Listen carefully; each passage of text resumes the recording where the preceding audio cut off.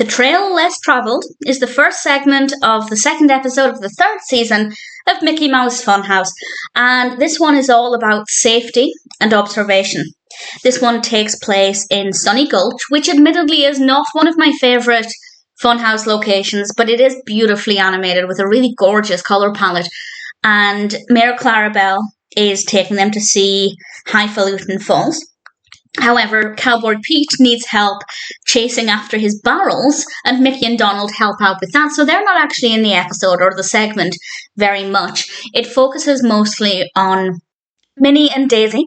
They're going off on this trail, and Clarabelle tells them to look out for certain things to help you find your way back.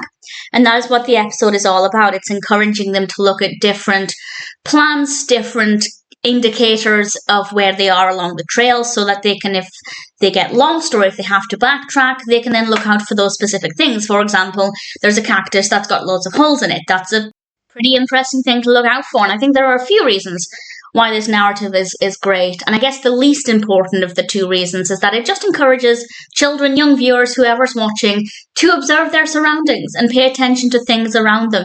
But arguably the more important version, of course, is that if a child does get lost, then helping them to look for markers may be able to help them. And obviously I'd like to think that young children won't be going off on trails by themselves, but unfortunately things do happen. Children do get lost.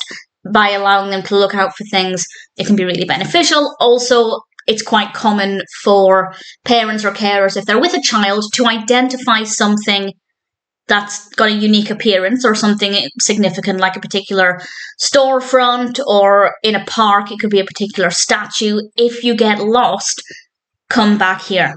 And it's kind of a version of that as well, that things in our surroundings can play a really important role in helping us to find our way. So I think that there are some really good takeaways from this.